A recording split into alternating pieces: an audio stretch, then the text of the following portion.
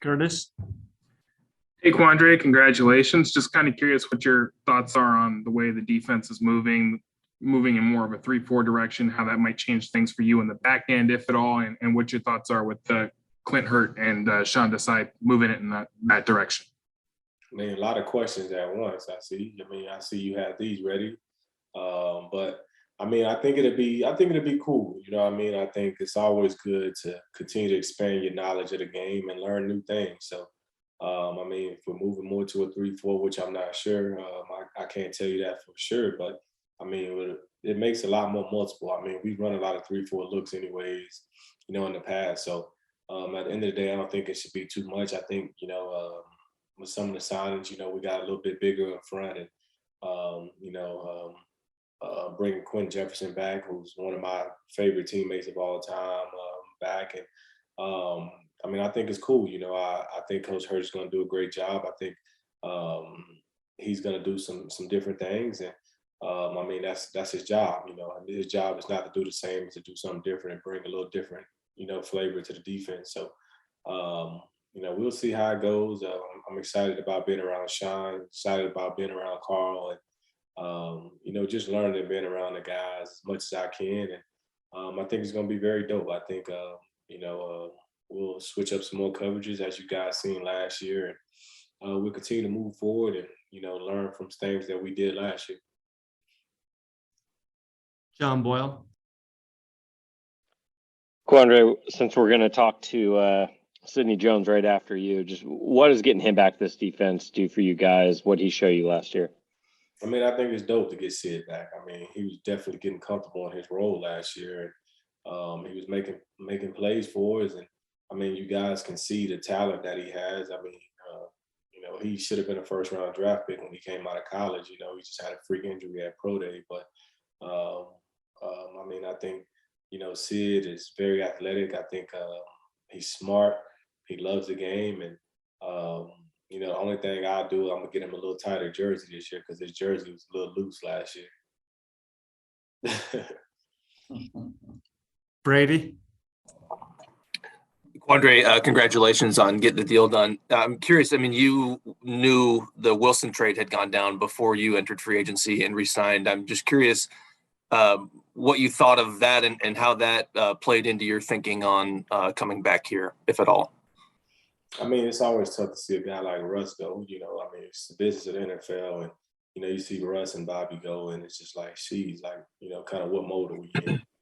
Being able to talk to Pete, being able to understand that, we're not in a rebuild mode. We're trying to get this thing back going and, build a team differently a little bit. And, like I said, it sucks to see those guys go. Two big leaders, two big guys that's played a critical part of my career. Like I said, it sucks to see him go. But for me, I had to make a decision based on myself and my family. And, me, myself, my agent, we thought this was the best decision for us. Just being comfortable, people that understand the rehab process that I have to go through. And, for them to continue to believe in me and trust in me and stand by me through my injury, I think that's been pretty dope. And how are you doing with that whole rehab process? I'm doing good. I'm on track. I'm on track. I'm feeling good. I might drop some videos today at 4:00. I did some backflips today, so y'all go check that out if I post it. Are you serious? Well, you'll see at 4:00. Go see. All right. Thank you. Tim? Is that 4:00 Central Time, or what time zone are we talking about? Yeah, 4:00 Central Time. I'm in Texas, man. If I was in Seattle, I would be talking to you guys in person. But you guys know I'm in Texas. So I just finished that rehab, doing a lot of different tricks, man. Backflips, front flips, cartwheels. So I mean, I think I'm doing pretty good progress. I don't know if I've ever heard of backflips and cartwheels as being part of an injury rehab, but is that actually part of what you're doing for stability purposes? It's putting me at ease.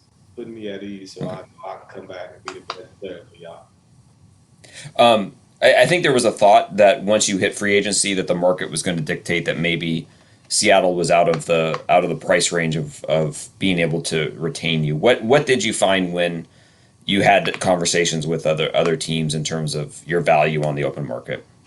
I found that I was very highly thought of from, other teams, and we had a lot of interest. I mean, it was maybe like 15 teams we connected with, and the whole thing for me was always about being comfortable and not having to move my family around the country, and just being somewhere where the coaches trust me, the people in the building know me, the coaches trust me, and I just think every time we came back to it, Seattle was the best place for us to be. And, that's credit to the culture that Pete and John has established there. And credit to my teammates, it's credit to, all the people in the building that's made me feel at home. And I mean, you guys have known me for the last almost 3 years. You know how much I've raved about how happy I've been to be a Seahawk. And I always kind of wanted the opportunity to play for a coach like Pete that, lets me be myself and let me enjoy, the game of football and the way it's supposed to be, and it's not always serious. So I think that played a big factor in everything. And, I think it was very special. I got a lot of teammates that I got a lot of respect for. And like I told you guys before, me and Jamal, we've always talked about teaming up together. And, we haven't got the opportunity to do it for a full season yet. And we're just hoping we can do it this year. So I think that was another aspect for me to come back. Corbin. Hey, Quandre, congrats on the new contract. I'm going to get a little bit technical here. Not surprising, I guess, X-Nose question, but you mentioned the scheme stuff, differences in coverages last year. How did the move to more matchup, middle of the field, open zone coverages help you in the defense compared to, say, playing more cover 3? Is that something that you thought was a good shift for this defense last year? I think it is. I think, I honestly think that you have to be multiple in the NFL, So you got to have some, middle field open, middle field closed stuff. And, it's not too many teams that predominantly one way. You got the teams like the Patriots and things like that. But, it's not too many teams that's just going out there and just throwing single high out there every time or throwing too high out there. So for us, we were just a little bit more, a little bit more multiple in the way we did things and the way, that they had it drew up. So, I mean, I think it's cool. I think it's good to switch it up. Of course, I'm always still be begging and asking and pleading the coaches, can we get some middle field closed stuff? Because I like to be in the post and I like to be able to make plays on the football and do things like that. And it gives me that freedom to roam a little bit. So, you can run different type of middle field closed deals and middle field open deals where it's more matchy, more coverage technique, and a little bit more freedom to roam. So you can still do those things. Do you feel like Jamal, with his strengths, that maybe those middle field open looks maybe are best for the two of you working together? Oh, I mean, that's not for me to say. The middle field open, I think Jamal's comfortable doing, he's comfortable doing both, I think a lot of guys like to place a lot of blame on him because he's not getting it. Like last year, he wasn't getting the sacks, but with the way we were playing defense, he wasn't going to get a lot of sacks. We were a lot of too high last year. And, we get down a single high, everybody's going to point him out and everybody's going to figure out where he is. So I think it's good for his career too, where he could be more multiple and, he can do different things that sets him apart from everybody else. And we all know that he can blitz and be in the box. So him playing some quarters, him playing some halves, and, we playing half coverage. He got an interception last year, So it's different ways for us to make plays, and I think we'll be more multiple with the way we spin and the way we roll and do things like that. So I think that'll be fun. Jen. You mentioned the word rebuild. I think a lot of folks would use that term when they take a look at who was on the roster and the moves that have been made. What convinced you that that is not the case? Just got to trust in what I've been told and what we've talked about. For me, it's kind of hard to see Pete, want a full rebuild, just the way he's wired, the way he's triggered, like he's all about competing and winning every day. That's always been his deal. And for me to think that he's not in it to win it, it would be crazy for me to believe that. So for me, I'm just trusting in what I've been told, and I'm gonna do my job to make sure it's not a rebuild and just go out there and make plays and try to help as much as I can. Brady. Hey, Quandre, I want to follow up on something you were talking about spinning and rolling. Can you explain what that means? I mean, I think that's just more of, you know, if we are going to be playing single high, you know, Jamal, he can go down in the box and I can be in the post, or, you know, I can go down in the box and he can be in the post. You know, it's things that I've done, you know, before I got to Seattle that, you know, I'm comfortable with doing, and being in the box and, you know, being able to, you know, blitz every now and then, and being able to fill run gaps and be able to guard tight ends and things that I've done in my career before that, you know, that I'm accustomed to doing.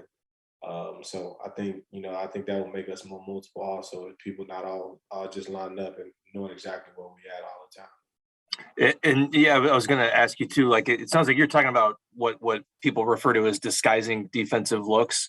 What does that allow you guys to do? And do you think that's going to be a bigger part of your defense than it has been in the past?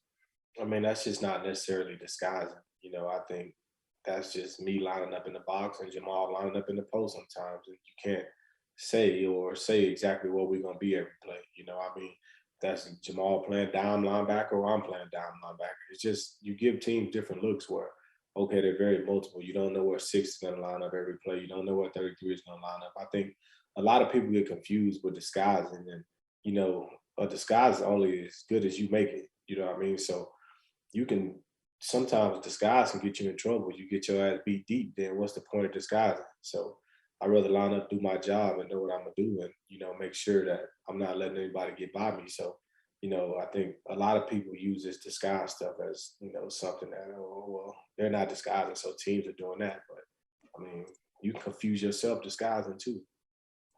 Thanks. Curtis?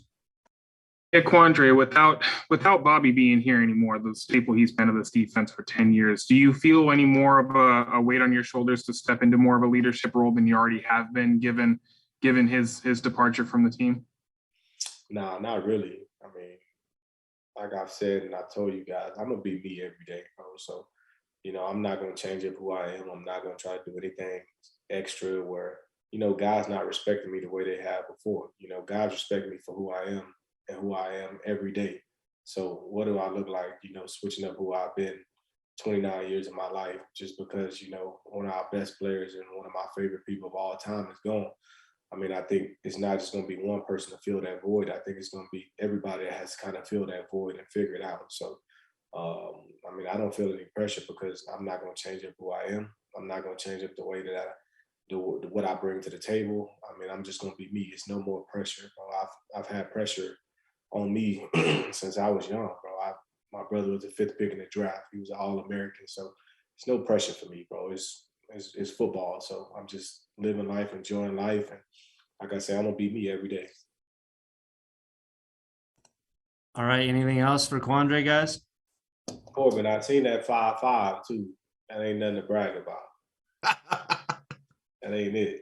I don't. What y'all ain't got Duger in here. Sean Michael not in here today. He didn't make it today. He's celebrating his 40. Yeah, I think he's in the ice bath after running his 40 yesterday, probably. Yeah, because I was about to fry him because that didn't look like a 4.8 either. It's all good. Shirtless. It was a shirtless 4.8. Corbin, I did see you in the gauntlet though. That looked kind of smooth, bro. That looked kind of smooth. Thanks. I'll take that one. I definitely am slow, though. I'm like molasses on a cold winter day, man. It's all good. It's all good. All right, Quandre. Thank you very much.